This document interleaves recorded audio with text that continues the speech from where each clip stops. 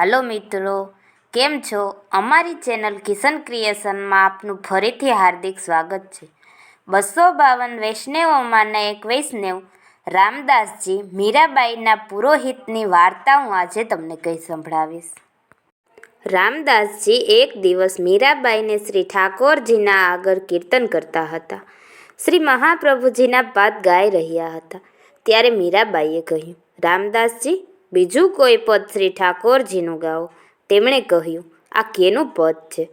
આજથી તમારું મુખ હું કેય વખતે જોઈશ નહીં. એટલું કહી તરત ઉઠી પોતાને ઘેર ગયા. સઘળું કુટુંબ લઈ અને તે ગામથી ચાલી નીકળ્યા. મીરાબાઈને ખબર થવાથી સમજવા બહુ કહેવાડાવ્યું, પણ રામદાસજી રહ્યા નહીં. તે દિવસથી તેમણે ફરીથી તેનું મુખ દીઠું નહીં. વૃત્તિ છોડી બીજે ગામ ગયા. કઈ વખતે તે ગામ આગળ થઈ અને નીકળ્યા, ત્યાં પણ નહીં. ત્યાર પછી મીરાબાઈએ બહુ વખત બોલાવ્યા, પણ રામદાસજી આવ્યા નહીં. મીરાબાઈએ ઘેર બેઠા ભેટ મોકલાવી, તે પણ રામદાસે પાછી મોકલાવી અને કહ્યું કે તમને જ્યારે અમારા શ્રી મહાપ્રભુજીઓ પર મમત્વ નથી, તે પછી અમારે તમારી વૃત્તિને શું કરવી? એવી વૃત્તિ તો અમને બહુ મળશે, પણ અમારે શ્રી આચાર્યજી વિના સર્વસ્વ ત્યાગ છે. અમારે તે એમનાય ચરવારવિંદને આશ્રય એ જ કર્તવ્ય છે. એમ જ કાંઈ પણ રાખ્યું નહીં. રામદાસ જે શ્રી મહાપ્રભુજીના એવા કૃપાપાત્ર ભગવદીય હતા, જેમની વાર્તા અનિર્વચનીય છે. હવે જે કહી સંભળાવીશ તે રામદાસ ચૌહાણ રજપૂતની વાર્તા છે. આ રામદાસ ચૌહાણ ગોવર્ધન પર્વતની કંદરામાં રહેતા. જ્યારે શ્રી મહાપ્રભુજીએ શ્રી ગિરિરાજ પધારી શ્રી ગોવર્ધનનાથજીને પાઠ બેસાડ્યા, ત્યારે રામદાસજી કંદરામાંથી નીકળી બહાર આવ્યા હતા. તેમણે શ્રી આચાર્યજીના દર્શન કરી દંડવત કર્યા. શ્રી મહાપ્રભુજીએ કહ્યું, હવે તમે શ્રી ગોવર્ધનનાથજીની સેવામાં સાવધાન રહેજો. તેમણે કહ્યું, આજ્ઞા પ્રમાણે યથાશક્તિ કરીશ. પછી રામદાસજીએ ઈંટોનું નાનું મંદિર બનાવ્યું. તેમાં શ્રી મહાપ્રભુજીએ શ્રીનાથજીને પધરાવ્યા. તે પહેલાં શ્રીનાથજી શ્રી ગોવર્ધન પર્વત ઉપર બિરાજતા. ત્યાંના વ્રજવાસી લોકોએ છાણની એટલી કરી રાખી હતી, તેના ઉપર બિરાજતા. વ્રજવાસીઓ તેમને દેવ દમન તથા ગોપાળને એ નામ કહેતા અને દૂધ, દહીં, માખણ આરોગાવતા. જ્યારે શ્રી આચાર્યજીએ આપને મંદિરમાં પધરાવ્યા, ત્યારથી શ્રીનાથજીએ નામ પ્રગટ થયું અને સર્વ શ્રીનાથજી નામ કહેવા લાગ્યા. રામદાસજી શ્રી મહાપ્રભુજીના એવા કૃપાપાત્ર હતા કે જેમને શ્રી મહાપ્રભુજીએ શ્રીનાથજી સેવા સોંપી. આપ એમના ઉપર સદા પ્રસન્ન રહેતા અને જેમની સેવાથી શ્રીનાથજી સાનુભાવ જણાવ્યા. આ રામદાસજી મહાભગવતીય હતા. તેમની વાર્તા કેટલીક લખીએ. હવે જે કહી સંભળાવીશ તે રામાનંદ પંડિત સારસ્વત બ્રાહ્મણ થાનેશ્વરના વાસીની વાર્તા છે. એક સમય શ્રી આચાર્યજી મહાપ્રભુજી આપ થાનેશ્વર પધાર્યા. ત્યારે રામાનંદ પંડિતને ઘેર ઉતર્યા. રાત્રિએ શ્રી મહાપ્રભુજી પોઢ્યા. જ્યારે પાછલી રાત્રિ રહી, ત્યારે રામાનંદે પોતાની સ્ત્રીને કહ્યું, જલ્દી ઉઠ, છાણું લઈ લે, નહીં તે આવેલા બધા વૈષ્ણવો ઉઠશે તો સઘળું છાણ લઈ જશે. આ વખતે શ્રી મહાપ્રભુજી હાથ પગ ધોવા ઉઠ્યા હતા. તેમણે આ વાત પ્રયત્ન સાંભળી, તેથી પોતે અત્યંત ક્રોધવંત થઈ રામાનંદને બોલાવ્યો અને પોતાની સામે જળ કહ્યું. તે તેના હાથમાં મૂકી મંત્ર ભણી એ જ જળ તેની માથેથી લઈ તેના ઉપર છીરક્યું અને શ્રીમુખથી કહ્યું, આજથી મેં ત્યોહારો ત્યાગ કર્યો. તે તારી સ્ત્રીને એવું કહ્યું કે છાણું જલ્દી લઈ લે, નહીં તો વૈષ્ણવ સઘળું લઈ જશે. ગોબર જેવી વસ્તુમાં મારા સેવક પ્રત્યે જ્યારે તે દ્વેષભાવ કીધો, તે સવારે રસોઈને સામાન લાગતા શું નહીં કરું? એ પ્રમાણે કહી શ્રી મહાપ્રભુજી રામાનંદના ઘરમાં એક ક્ષણ ન ટકતા તુરંત ઉઠી ચાલ્યા. થાનેશ્વરના વૈષ્ણવોએ બહુ જ વિનંતી કરી, પણ આપ રહ્યા નહીં અને કહ્યું, હું જળ પણ અહીંયા લઈશ નહીં. પછી થાનેવરથી 3 કોણ દૂર એક મહાતીર્થ હતું, ત્યાં આવીને પેટે સ્નાન કર્યું. જેમણે રામાનંદ પાસેથી નામ લીધું તેમણે શ્રી ગુસાઈજી ગંગોજ કહેતા. શ્રી મહાપ્રભુજીના થાનેશ્વરથી પધાર્યા પછી રામાનંદની અવસ્થા વિકળ થઈ ગઈ, અર્થાત દિવસે દિવસે બગડવા માંડી. બજારમાં જાય અને જે વસ્તુ દેખે તે ખાય, કંઈ મર્યાદા રહી નહીં. પણ એટલી મર્યાદા રહી હતી કે જે ચીજ ખાય તે શ્રી ગોવર્ધનનાથજી આરોગજો એ પ્રમાણે કહીને ખાય. એક દિવસે હલવાઈની દુકાને બહુ સરસ જલેબી દીધી. તેને કિંમત આપી અને લીધી અને ખાતી વખતે કહ્યું કે હે શ્રીનાથજી આરોગજો. આ વખતે શ્રી મહાપ્રભુજી શ્રી ગોવર્ધનનાથજીને ભોગ સમર્પતા હતા અને શ્રી ઠાકોરજી શ્રી મહાપ્રભુજીને કહ્યું, આજ તે જલેબી બહુ જ સુંદર આરોગી છે. શ્રી મહાપ્રભુજીએ કહ્યું, બાબા કોણે સમર્પી? શ્રીજીએ કહ્યું, રામાનંદે. શ્રી મહાપ્રભુજીએ કહ્યું, તેનો તો મેં ત્યાગ કર્યો છે અને તમે તેના હાથનું આરોગો છો? શ્રીનાથજીએ કહ્યું, તમે મને શું કરવા સોંપ્યું? તમે જેમને સેપે છે તેને હું કદી ત્યાગ કરતો નથી. ત્યારે શ્રી આચાર્યજી આપ ચૂપ રહ્યા.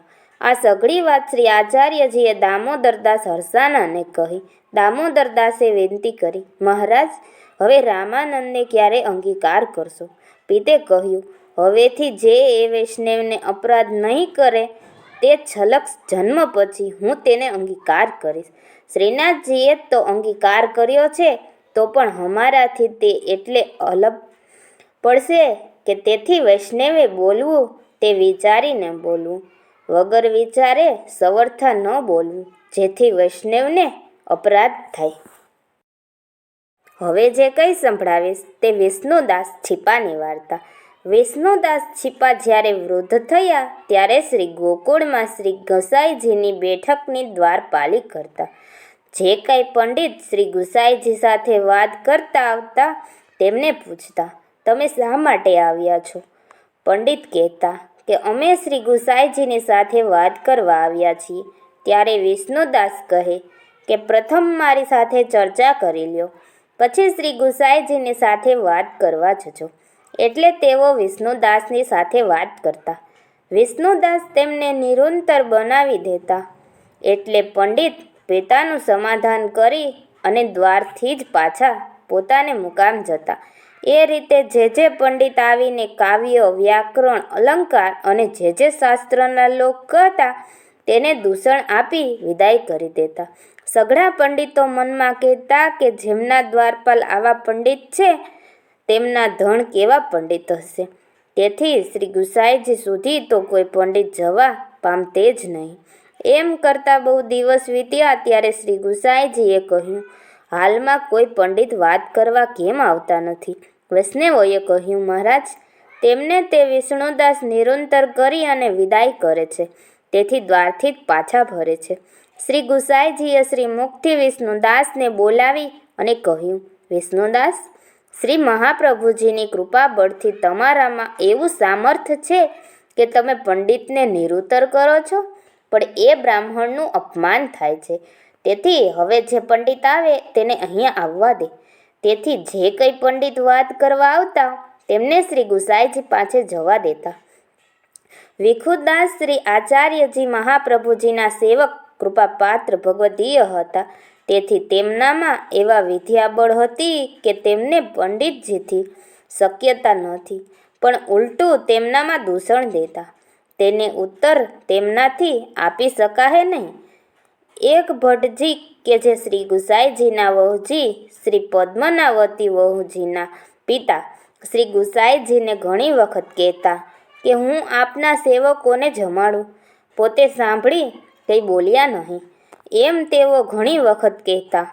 એમ કરતાં એક દિવસ ભટ્ટજીએ શ્રી ગુસાઈજીને પોતાને ત્યાં ભોજન કરવાનું આમંત્રણ આપ્યું. તેથી શ્રી ગુસાઈજી તેમને ઘેર ભોજન માટે પધાર્યા. સાથે વિષ્ણુદાસ જળપાનનો ગુડવો લઈ ને ત્યાં જ્યારે શ્રી ગુસાઈજી ભોજન કરી ઉઠ્યા ત્યારે વિષ્ણુદાસે શુદ્ધાચમન કરાવ્યું. પછી શ્રી ગુસાઈજી તો મંદિરમાં પધાર્યા અને વિષ્ણુદાસને આજ્ઞા કરી કે તું પ્રસાદ લઈ અને વહેલો આવજે. તેમણે શ્રી ગુસાઈજીના થાળમાંનો પ્રસાદ પોતાની પાતળમાં મૂકી થાળ ધોઈ અને ઠેકાણે મૂકી પ્રસાદ લેવા બેઠા. એટલે ભટજી બીજી સામગ્રી લઈ પીરસવા આવ્યા ત્યારે વિષ્ણુદાસે કહ્યું, હવે મારી પાતળમાં પીરસશે નહીં. નહીં, તે હું લઈશ નહીં. તેથી ભટજી ક્રોધ ભરાયા. આવીને શ્રી ગુસાઈજીને કહ્યું કે આપના સેવક મને આવું કહે છે, મારી પાતળમાં પરોસે તો હું લઈશ નહીં. ત્યારે શ્રી ગુસાઈજીએ હસીને કહ્યું કે તે પિતાના ઘેરેથી 2 હાર જાય ત્યારે મારી પ્રસાદી સિવાય કંઈ લેતા નથી. એટલે ભટજી ચૂપ થઈ રહ્યા. આ રીતથી તેમણે શ્રી ગુસાઈજીના બીજા સેવકોને પ્રસાદ લેવા માટે આમંત્રણ નહીં કર્યું. આ વિષ્ણુદાસ છીપા શ્રી મહાપ્રભુજીના સેવક એવા કૃપાપાત્ર ભગવદીય હતા. તેમની વાર્તા કેટલીક લખીએ. હવે જે કંઈ સંભળાવીશ તે જીવણદાસ સત્રી કપૂર સિંહનંદના વાસીની વાર્તા છે. એક સમય સિંહનંદના વૈષ્ણવો શ્રી આચાર્યજીના દર્શન કરવા જતા હતા. રસ્તામાં મુકામ કર્યો. ત્યાં સૌ પોતપોતાની રસોઈ કરતા હતા. એટલામાં વરસાદ ચડી આવ્યો. તેથી વૈષ્ણવોના મન ચિંતાતુર થયેલા જોઈ જીવણદાસ વૈષ્ણવે કહ્યું, ચિંતા કરશો નહીં. એમ કહી શ્રી મહાપ્રભુજીનું ધ્યાન ધરી વરસાદને આણ દીધી. જો વરસાદ, તું વરસે તો તને શ્રી મહાપ્રભુજીની આણ છે. વરસાદ રહી ગયો એટલે સઘળા વૈષ્ણવોએ પ્રસાદ લીધો. પછી ચાલવા માંડ્યા. કેટલાક દિવસમાં અડેલ આવી પહોંચ્યા. પહેલા વૈષ્ણવોએ આ વાત શ્રી મહાપ્રભુજીની આગળ કહી. મહારાજ, તમે એક દિવસ રસ્તામાં જ્યાં મુકામ કર્યો હતો ત્યાં રસોઈ કરતી વખતે વરસાદ ચડી આવ્યો. ત્યારે જીવણદાસે આપની આણ દઈ વરસાદ રોકે છે. તો આ સાંભળી શ્રી મહાપ્રભુજીએ જીવણદાસને પૂછ્યું, અરે, વરસાદ વરસતો હતો ત્યારે મારી આણ શું કરવા દીધી? આણ દીધા છતાં વરસાદ વરસ્યો હોત તો શું કરત? જીવણદાસે વિનંતી કરી, આપની આણ દીધા છતાં એ વરસે એવું એમનામાં સામર્થ્ય શું છે? આ સાંભળી શ્રી મહાપ્રભુજી હસી અને ચૂપ રહ્યા. આ જીવણદાસને શ્રી મહાપ્રભુજીના સ્વરૂપનું એવું જ્ઞાન હતું કે તેમના સ્વરૂપના સામર્થ્યની બરાબર બીજા કોઈનું સામર્થ્ય નથી એવું જાણતા. તે શ્રી મહાપ્રભુજીના એવા કૃપાપાત્ર ભગવદીય હતા. તેથી તેમની વાર્તા કેટલીક લખીએ. હવે જે કંઈ સંભળાવીશ તે ભગવાનદાસ સારસ્વત બ્રાહ્મણીની વાર્તા છે. આ ભગવાનદાસ પટનાની પાસે હાજીપુરમાં રહેતા હતા. તેમણે એક વખતે શ્રી મહાપ્રભુજીની સેવા બહુ સારી રીતે કરી. તેથી પિતે તેમના ઉપર પ્રસન્ન થઈ કૃપા કરી પોતાના શ્રી પાદુકોણ સેવા માટે પધરાવી આપ્યા અને આજ્ઞા આપી કે આની સેવા બહુ જ સ્નેહપૂર્વક ભાવથી કરજે. ભગવાનદાસ પણ પ્રસન્ન ચિત્તથી શ્રી પાદુકોણને પધરાવી ગયા અને એવા સ્નેહપૂર્વક સેવા કરવા લાગ્યા કે શ્રી ઠાકોરજી સાનુભાવ જણાવવા લાગ્યા અને વાતો કરતા. જે જગ્યાએ શ્રી મહાપ્રભુજી ભગવાનદાસની ઘેર બિરાજતા હતા તે જગ્યાએ સવારે ઉઠી અને નિત્ય દંડવત કરતા અને ત્યાં આગળ જઈ અને પગ મૂકવા દેતા નહીં એવો તેમનો ભાવ હતો. આ ભગવાનદાસ શ્રી મહાપ્રભુજીના સેવક એવા કૃપાપાત્ર ભગવદીય હતા. હવે જે કંઈ સંભળાવીશ તે ભગવાનદાસ શ્રીનાથજીના ભીતરિયાની વાર્તા છે. એક વખતે શ્રીનાથજીના બાળભોગની સામગ્રી કરતાં ભગવાનદાસના હાથથી કેટલીક સામગ્રી દાઝી ગઈ. તેથી શ્રી ગુસાઈજી બહુ જ ખીજ્યા અને સેવામાંથી દૂર કર્યા. આથી ભગવાનદાસ ગોવિંદકુંડ ઉપર અચ્યુતદાસની પાસે ગયા અને સઘળા સમાચાર કહ્યા. પછી જ્યારે શ્રી ગુસાઈજી ગોવિંદકુંડ ઉપર સ્નાન કરવા પધાર્યા ત્યારે ભગવાનદાસ અચ્યુતદાસની પાસે બેઠા હતા. શ્રી ગુસાઈજી સ્નાન કરી અચ્યુતદાસને દર્શન દેવા માટે પધાર્યા. ત્યારે દર્શન કરતાં અચ્યુતદાસની આંખમાંથી અશ્રુનો પ્રવાહ નીકળવા માંડ્યો. આ સ્થિતિ જોઈ પોતે તેમને પૂછ્યું, અચ્યુતદાસ, તમને એવું શું દુઃખ છે? અચ્યુતદાસે વિનંતી કરી, મહારાજ, શ્રીનાથજીએ શ્રી મહાપ્રભુજીને આજ્ઞા આપી કે તમે જીવાને બ્રહ્મ સંબંધ કરે અને હજુ તો આપની દ્વારે 60 લાખ જીવોનો અંગીકાર થવાનો છે. શ્રી મહાપ્રભુજીએ તમને સોંપ્યા છે અને તમે તો જવાના દોષ જોવા લાગ્યા. જીવ તો અપરાધથી ભરેલો છે. તે હવે જેને અંગીકાર સી રીતે થશે, અને અંગીકાર થવો તો તે આપના જ હાથમાં છે. આ વાત સાંભળીને શ્રી ગુસાઈજી ભગવાન દાસને હાથ પકડી શ્રી ગોવર્ધન ઉપર લઈ ચાલ્યા અને જે રીતે શ્રીનાથજીની સેવા પડેલા કરતા હતા તે જ પ્રમાણે સેવા કરવાની આજ્ઞા આપી. આ વખતે ભગવાન દાસને શ્રી ગુસાઈજીના આગળ નવું પદ કરી અને ગાયું. તે પદ: શ્રી વિશ્લેષ ચરણ કમલ પાવન ત્રૈલોક્ય કરણ, દરસ પરસ સુંદર વર વારંવાર વંદે, સમથ ગિરિરાજ ધરણું, લીલા નિજ પ્રગટ કરણ, સંતન હિત માનુષ તનુ, વૃંદાવન ચંદે, ચરણોદક લેત પ્રેત, તત્ક્ષણ તે મુક્ત ભયે, કરુણામય નાથ સદા, આનંદ નિધિ કંદે, વારણે ભગવાન દાસ વિરહત, સદા રસિક રાસ, જય જય યશ બોલે બોલી, ગાવત શ્રુતિ છંદ. આ પદ સાંભળી અને શ્રી ગુસાઈજી બહુ જ પ્રસન્ન થયા. પછી ભગવાન દાસ શ્રીનાથજીની સેવા બહુ જ સાવધાનતાથી કરવા લાગ્યા. આ ભગવાન દાસ શ્રી મહાપ્રભુજીના સેવક એવા કૃપાપાત્ર ભગવદીય હતા. તેમની વાર્તા કેટલીક લખીએ. હવે જે કંઈ સંભળાવીશ તે અચ્યુતદાસ સનોડિયા બ્રાહ્મણની વાર્તા છે. અચ્યુતદાસ માનસી ગંગા ઉપર ચક્રતીર્થ છે ત્યાં રહેતા હતા. તે દર રેંજ શૃંગારના સમયે શ્રી ગિરિરાજ ઉપર શ્રીનાથજીના દર્શન કરવા આવતા. દર્શન કરી પોતાને મુકામ ઉપર જતા. તેમણે શ્રી ગોવર્ધનની પરિક્રમા દંડવત કરતાં કરતાં 3 વખત કરી હતી. શ્રી ગુસાઈજી તેમના ઉપર ઘણા જ પ્રસન્ન રહેતા અને આપ શ્રીમુખથી કહેતા કે અચ્યુતદાસ બડા ભગવદીય છે. અચ્યુતદાસ શ્રી મહાપ્રભુજીના સેવક એવા કૃપાપાત્ર ભગવદીય હતા. હવે જે કંઈ સંભળાવીશ તે બડે અચ્યુતદાસ ગોડ બ્રાહ્મણની વાર્તા છે. આ અચ્યુતદાસ મહાન ભગવદીય હતા, જેમને માથે શ્રી મહાપ્રભુજીએ શ્રી મદન મોહનની સેવા પધરાવી. પોતે શ્રી હસ્તથી પાઠ બેસાડ્યા હતા. અચ્યુતદાસ શ્રી ઠાકોરજીની સેવા અત્યંત સ્નેહપૂર્વક કરતા. તેથી શ્રી મદન મોહન તેમને સાનુભાવ વાતો કરતા અને બહુ જ કૃપા રાખતા. જ્યારે અચ્યુતદાસ શ્રીનાથજીના દર્શન કરવા આવતા ત્યારે શ્રી ગોવર્ધનનાથજીની એક પરિક્રમા દંડથી કરતા અને જ્યારે તે શ્રી ગુસાઈજીની પાસે આવતા ત્યારે તે શ્રી મહાપ્રભુજીના પરમ કૃપાપાત્ર ભગવદીય છે એમ જાણી પોતે દંડવત કરવા દેતા નહીં અને કહેતા કે આપ તો અમારા કરતાં બડા છો એમ કહી માન આપતા.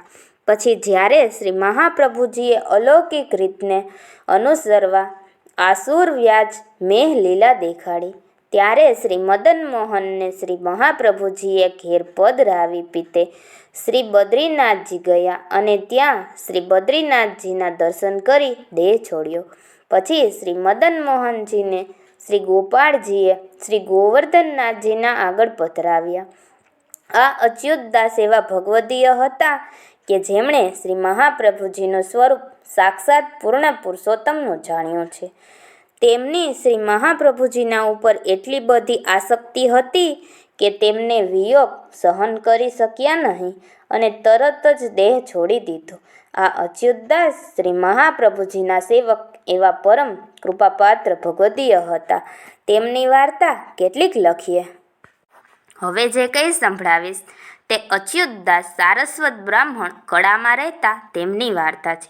આ અચ્યુતદાસ શ્રી મહાપ્રભુજીની સાથે પૃથ્વી પ્રદક્ષિણા કરી હતી. તે શ્રી મહાપ્રભુજીના એવા અત્યંત કૃપાપાત્ર ભગવદીય હતા કે જેમના ઉપર શ્રી મહાપ્રભુજીએ કૃપા કરી પોતાના શ્રી પાદુકોણ સેવા કરવા માટે પધરાવી આપ્યા હતા. તેમની સેવા તેમણે ઉત્તમ રીતે કરી હતી. તેથી શ્રી આચાર્યજી કૃપા કરી અને નિત્ય દર્શન દેતા. શ્રી આચાર્યજી મહાપ્રભુજીને સંન્યાસ ગ્રહણ કર્યો તે કેવળ વિરહનો અનુભવ કરવા માટે જ લીધો હતો. તે વૈષ્ણવ શ્રી મહાપ્રભુજીએ એક વૈષ્ણવને કહ્યું કે એક ડાલી ભાડે કરી. તે વૈષ્ણવ ડોલી ભાડે લાવ્યો અને તેના ઉપર બેસાડી શ્રી મહાપ્રભુજી બનારસ પધાર્યા. ત્યાં જઈ સંન્યાસ ગ્રહણ કરી 1 મહિના સુધી કાશીમાં બિરાજ્યા. પછી સ્વધાન પધાર્યા. એટલે જે વૈષ્ણવ પિતાની સાથે ગયો હતો તે કાશીથી કડામાં આવ્યો. તેણે સઘળા વૈષ્ણવોને કહ્યું કે શ્રી આચાર્યજી મહાપ્રભુજીએ સંન્યાસ ગ્રહણ કરી 1.5 મહિના સુધી કાશીમાં બિરાજી આનુસાર વ્યોમ લીલા દેખાડી. અચ્યુતદાસે કહ્યું, તમે ભ્રમ થયો છે. વૈષ્ણવે કહ્યું, હું શ્રી મહાપ્રભુજીની સાથે જ હતો અને પ્રત્યક્ષ જોઈને આવ્યો છું. આ અચ્યુતદાસે કહ્યું, પ્રભુ એવું કોઈ વખતે ના કરે, એ તો જીવને આસુર વ્યોમ લીલા દેખાડે છે. એમ કહીને અચ્યુતદાસે મંદિરમાં કમાડ ખોલી તેને દર્શન કરાવ્યા. વૈષ્ણવે સાક્ષાત શ્રી મહાપ્રભુજીના દર્શન કર્યા અને સાક્ષાત દંડવત કર્યા.